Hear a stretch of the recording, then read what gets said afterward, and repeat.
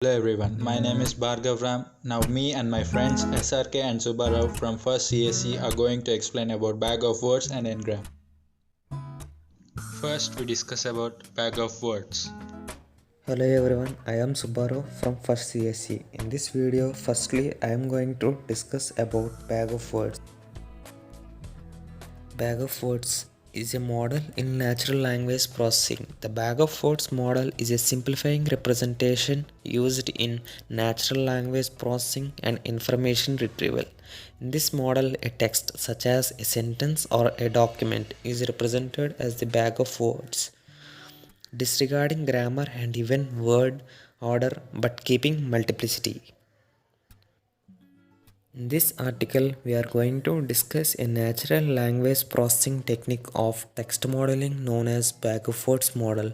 Whenever we apply any algorithm in natural language processing, it works on numbers. We cannot directly feed our text into that algorithm. Hence, bag of words model is used to pre-process the text by converting it into a bag of words, which keeps a count of the total occurrences of most frequently used words. This model can be visualized using a table, which contains the count of words corresponding to the word itself. Applying the bag of words model, let us consider a sample paragraph for our task. By considering this paragraph or text data, we can observe that many of the strings in this text have been repeated several times. The bag of words model is used to find the repeated strings count. Step 1 in bag of words model. We will first pre-process the data. In this step, we have to remove uppercase letters in the text data, and then we have to remove non-word characters like integers, etc. And then we have to remove all punctuations like question marks, exclamatory marks, etc. By executing the text below, we can remove non-word characters, uppercase letters and punctuation marks. Here tokenizing means converting the text into words. The output of our code is shown here. It is a tabular form consisting rows and columns. Here we can observe that there are no uppercase letters and punctuation marks and integers or non-word characters. Now step 2. Step 2 is to find most frequent words in our text. In this step 2, we will consider a dictionary consists of keys and words.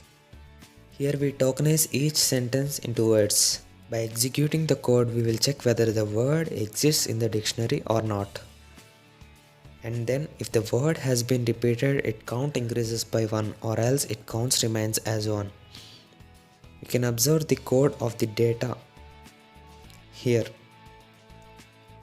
This is the output of the data, consists of rows and columns and keys. If the key has been repeated, its value is increased by 1. Here the key A has been repeated 2 times, so its value is 2. And then addressing, it is non-repeated keyword, so its value is 1. In this way we can find the count of the word. In our model, we have a total of 118 words. However, when processing large text, the number of words could reach millions. We do not need to use all those words, hence we select a particular number of most frequently used words. To implement this, we use this code. The following code states that where 100 denotes the number of words we want, if our text is large, we feed in large number. By observing the output, these are the frequent words in the text. Step 3. Building the bag of words model. In this step, we construct a vector which would tell us whether a word in each sentence is a frequent word or not. If a word in a sentence is frequent word, we set it as 1. Else we set it as 0. This can be implemented with the help of the following code. Okay, by observing the code here, if the word is repeated, we will append 1 or else we append 0. This is the output of the data. Here, from the output of the data, we can observe that zeros indicate that the word has not been repeated and ones indicate the word has been repeated. Now let's get into Ngrams. Hello everyone, I am Bhargav. Now I am going to explain about Ngram. Statistical language models in its essence are the type of models that assign probabilities to the sequence of words. In this article, we'll understand about the simplest model that assigns probabilities to sentences and sequence of words, the Ngram. You can think of an Ngram as the sequence of n words by the notion a 2-gram or bigram is a 2-word sequence of words like please turn your or your homework, and a 3-gram or trigram is a 3-word sequence of words like please turn your or turn your homework. Predicting is difficult, especially about the future as the old epic goes. But how about predicting something that seems much easier, like the next few words someone is going to say? For example, please turn your homework. Hopefully, most of you concluded that a very likely word is in or possibly over, but probably not refrigerator or the. In the following sections, we will formalize this intuition by introducing models that assign a probability to each possible next word. The same models will also serve to assign the probability to an entire sentence. Why would you want to predict upcoming words or assign probabilities to sentences? Probabilities are essential in any task in which we have to identify words in noisy, ambiguous input like speech recognition. For a speech recognizer to realize that you said I will be back soonish and not I will be bassoon dish, it helps to know that the back soonish is a much more probable sequence than bassoon dish. This can be done by tagging. Tagging is nothing but marking up a word with the corresponding parts of speech tag. There are 3 subclasses in Ngram taggers: unigram tagger, bigram tagger, and trigram tagger. As we know that bigram means a sequence of 2 words and trigram means a sequence of 3 words. The bigram tagger uses the parts of speech tag of previous word to predict the second word, and a trigram tagger uses the parts of speech tags of the previous 2 words to predict the third word. Now let us go into the formulation. Let's start with the equation P of W by H, the probability of word W given some history H. For example, here W is the word the, H is the sentence its water is so transparent that, and one way to estimate the above probability function is through the relative frequency count approach, where you would take a substantial large corpus, count the number of times you see its water is so transparent that, and then count the number of times it is followed by the. In other words, you are answering the question out of the times you saw the history H, how many times did the word W follow it? Now, a notable problem with the MLE approach is sparse data, meaning any Ngram that appeared a sufficient number of times might have a reasonable estimate for its probability.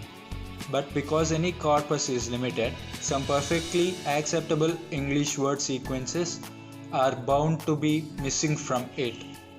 As a result of it, the Ngram matrix for any training corpus is bound to have a substantial number of cases of putative zero probability Ngrams.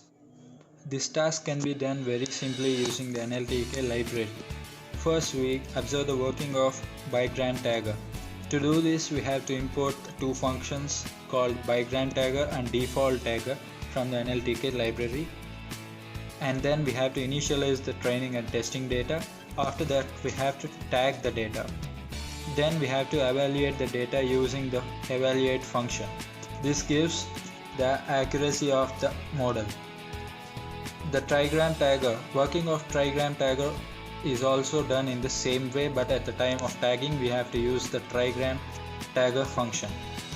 Collectively using the unigram, bigram and trigram tagger can be done using the backoff tagger function. Sometimes using less context is a good thing, helping to generalize more for context that the model hasn't learned much about. There are two ways backoff to use this n-gram hierarchy.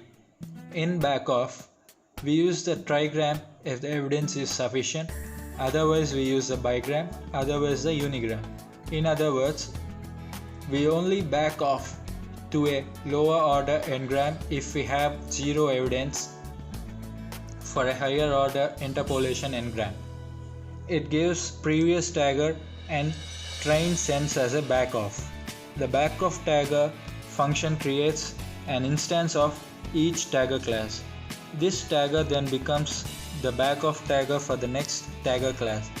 Let us check whether the predicted output is the correct or wrong with the function isInstance, and the output is true. That means the predicted word is the correct for the corresponding sentence. Let us conclude this session with the applications of n-gram. N-gram models are now widely used in probability, communication theory, computational linguistics, computational biology, and data compression and other applications. Thanks for watching.